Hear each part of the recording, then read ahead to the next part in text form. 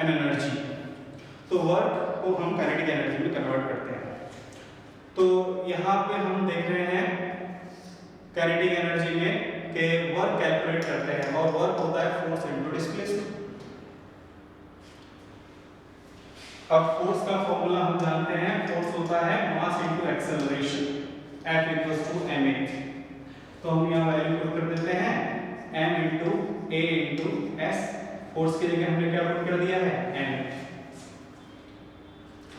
अच्छा, अब एक इक्वेशन हम यहाँ देखते हैं, ये आपने क्लास 9 में पढ़ा होगा, equation of motion v² - u² = 2as। तो अगर कोई ऑब्जेक्ट इनिशियली रेस्ट में है, उसकी इनिशियल वेलोसिटी 0 है, u = 0, फाइनल वेलोसिटी v है, यहाँ से यहाँ तक उसने कितना डिस्प्लेसमेंट ट्रैवल किया है, s, और उसका एक्सेलरेशन कितना है, a। तो अगर यहाँ पे वैल्यू पुट कर देते हैं तो ये हो जाएगा v² = 2as, या v²/2 वैल्यू आ जाएगी a × s की। इसको हम बोल देते हैं इक्वेशन नंबर 1 और इसको बोल देते हैं इक्वेशन नंबर 2। यहाँ से as का वैल्यू इक्वेशन 1 में पुट कर देते हैं। So put value from equation 2 to equation 1। Equation 2 से इक्वेशन 1 में वैल्यू पुट करते हैं। तो इक्वेशन 2 से वैल्यू पुट करेंगे तो वर्क आ जाएगा m, as की जगह हम पुट कर देंगे v²/2। ये as की जगह हमने क्या पुट कर दिया है, v²/2। तो this work done is converted into kinetic energy. ये जो वर्क कर रहे हैं यही किस में कन्वर्ट होगा, काइनेटिक एनर्जी में कन्वर्ट होगा। सो काइनेटिक एनर्जी का फॉर्मूला आ गया mv²/2, या इसको लिख देंगे ½ mv²। तो काइनेटिक एनर्जी का फॉर्मूला क्या आ गया, ½ mv²। तो काइनेटिक एनर्जी जब भी कैलकुलेट करेंगे हम इस फॉर्मूला से कैलकुलेट कर सकते हैं। तो अब क्या देखते हैं कि अगर कोई कार है, इनिशियली 0 वेलोसिटी है और वो a एक्सेलरेशन से स्टार्ट करती है चलना और s डिस्टेंस चल के वो उसकी वेलोसिटी हो जाती है v। तो उसकी काइनेटिक एनर्जी कैसे कैलकुलेट करेंगे उस कार की, ½ mv²। m क्या है, mass of the car, v velocity, final velocity of the car. तो उस टाइम पे उसकी काइनेटिक एनर्जी इस तरह से कन्वर्ट कर सकते हैं। मान लो अगर कोई कार चल रही है और उस कार की इनिशियल वेलोसिटी 0 नहीं है, जब हमने उसको देखना स्टार्ट किया तो उसकी वेलोसिटी मान लो थी 20 और हमने उसको 30 सेकंड तक देखा और उसकी वेलोसिटी 20 से बढ़ के हो गई 60। तो उसका वर्क डन या उसकी काइनेटिक एनर्जी कैसे कैलकुलेट करेंगे जब इनिशियल वेलोसिटी 0 नहीं है। तो हम देखते हैं कि अगर किसी की इनिशियल वेलोसिटी 0 नहीं है तो वर्क डन का फॉर्मूला हो जाएगा F × s, और F को फिर से हमने लिख दिया ma, और s a × s का वैल्यू हम पुट कर देंगे। तो v² - u² होता है 2as, इक्वेशन नंबर 1। और यहाँ से हम लोग v² - u²/2 हो गया as। इस बार u को हमने 0 पुट नहीं किया, यहाँ देख रहे हैं, यहाँ आपने देखा u को हमने 0 पुट कर दिया तो v² - 0 मतलब v² का वैल्यू आ गया 2as, लेकिन यहाँ 0 नहीं है u का वैल्यू, तो v² - u² = 2as है। तो as का वैल्यू आया v² - u² / 2। ये वैल्यू इक्वेशन 1 में पुट कर देंगे। Put value from equation 2 to 1। Equation 2 से इक्वेशन 1 में वैल्यू पुट करते हैं। तो ये वैल्यू जब पुट करेंगे तो वर्क डन आ गया, this work done is m, as की जगह हमने पुट कर दिया v² - u² / 2, and this work done is converted into kinetic energy. So this work done is converted into kinetic energy. So kinetic energy का formula बन गया mv²/2 minus mu²/2, या इसको हम लिख सकते हैं kinetic energy equals to ½ mv² - u²। इसको एक अलग से नाम भी हम दे सकते हैं, दिस इज वर्क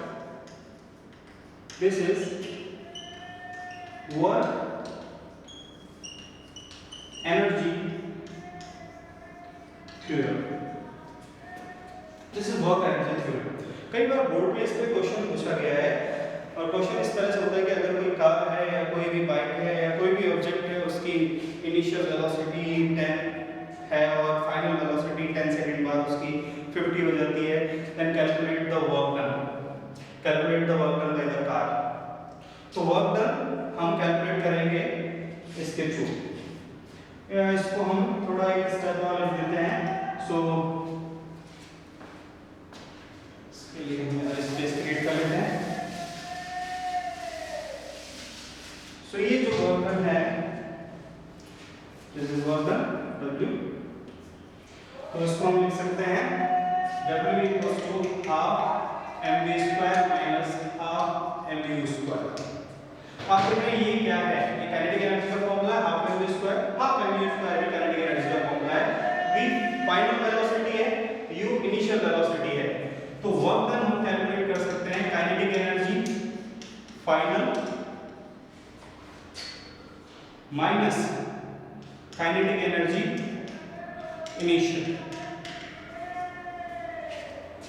तो फाइनल काइनेटिक एनर्जी में से अगर इनिशियल काइनेटिक एनर्जी को हम माइनस कर देंगे, सब्ट्रैक्ट कर देंगे, तो हम कैलकुलेट कर सकते हैं work done bye A car.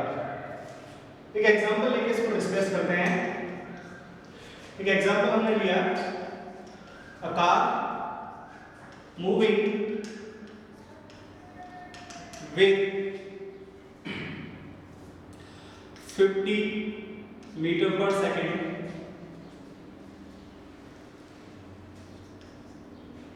with 50 meter per second, and after 5 seconds its velocity becomes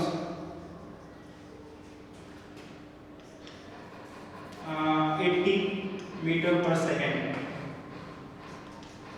Then calculate work done by the car। तो 5 सेकंड में कार ने कितना वर्क किया वो हमें कैलकुलेट करना है। तो वर्क कैलकुलेट करने के लिए हम ये फॉर्मूला यूज कर सकते हैं। एक और डेटा हमें यहाँ चाहिए, if mass of car is 1000 kg। अगर कार का मास कितना दिया हुआ है, 1000 kg, तो हमें कैलकुलेट करना है work done by the car. तो वर्क डन कैलकुलेट करने के लिए हम क्या करेंगे, half m v square minus u square. तो हमें वैल्यू गिवन है हाफ m का वैल्यू कितना है 1000 kg, तो 1000 v स्क्वायर का वैल्यू v स्क्वायर, तो v स्क्वायर फाइनल वेलोसिटी है, फाइनल वेलोसिटी हो जाती है 5 सेकंड बाद 80, तो हम लिख देंगे 80 का स्क्वायर माइनस 50 का स्क्वायर। तो हम इसको कैंसिल कर देते हैं, ये हो गया 500, 80 का स्क्वायर हो गया 6400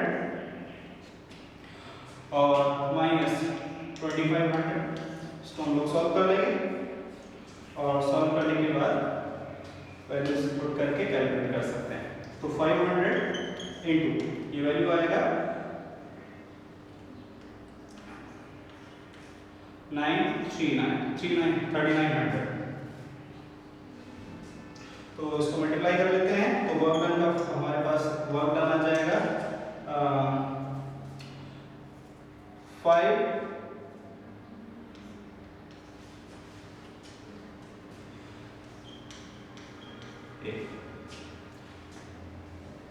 और इसको आंसर को हम लिखेंगे जूल।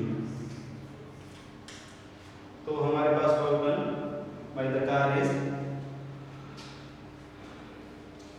अब आप चाहे तो इसको किलो जूल में भी लिख सकते हैं, किलो का मतलब होता है 1000, तो ये तीन जीरो को मिला के आप इसको लिख सकते हैं 1950 किलो जूल, ऐसा भी लिख सकते हैं किलो जूल। अच्छा, ये चीज और हम आपको बता देते हैं कि किलो का मतलब क्या होता है और इनका मतलब क्या होता है।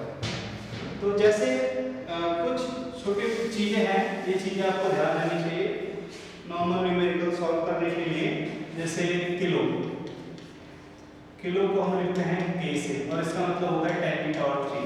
तो जहाँ भी किलो वर्ड यूज आ गया इसका मतलब 1000 से मल्टीप्लाई करना है 1000 से। जैसे किलोमीटर, किलोग्राम, यहाँ देखा आपने किलो, तो हमने ये 1000 को क्या लिख दिया है, किलो। तो ये कॉमन चीज है। ऐसे ही होता है मेगा। मेगा को कैपिटल एम लिखते हैं और 10 की पावर 6। ऐसे ही वर्ड होता है गीगा। गीगा को कैपिटल जी लिखते हैं और ये 10 की पावर 9 होता है। तो ये कुछ सिंबल्स हैं जो मैथमेटिक्स में 10 की पावर्स को रिप्रेजेंट करते हैं। ऐसे ही इसमें 10 की पावर माइनस में भी हो सकती है। जैसे होता है मिली।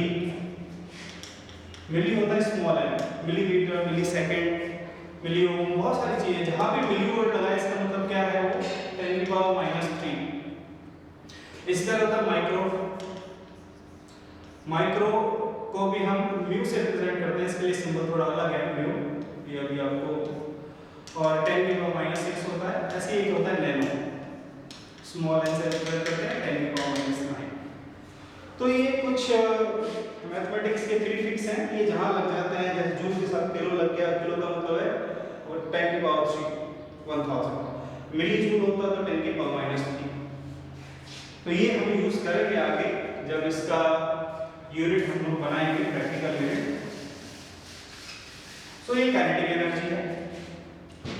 और इसके बाद हम लोग डिस्कस करते हैं इसके काइनेटिक एनर्जी के डिफरेंट यूनिट्स। तो काइनेटिक एनर्जी का सबसे पहली बात तो ये कि इसका एक पॉइंट लेते हैं, ये कैसी क्वांटिटी है, it is a scalar quantity. Again पहले भी हम बात कर चुके हैं स्केलर क्या होता है, तो ये एनर्जी की कैसी क्वांटिटी है, स्केलर। अच्छा, एक चीज और ध्यान रखनी है, एनर्जी कोई सी भी हो, यूनिट वही रहेगी। जैसे एनर्जी का यूनिट क्या होता है, एनर्जी का यूनिट होता है वर्क डन के से इक्वल। तो ऐसा यूनिट क्या होगा इसका एनर्जी का, ऐसा यूनिट होगा जूल। वर्क डन का जो यूनिट था वो एनर्जी का। अब कोई भी टाइप की एनर्जी हो, kinetic, potential, heat energy, electrical energy, सब का यूनिट क्या होगा, जूल। तो एनर्जी कोई भी टाइप की हो, यूनिट सेम रहता है।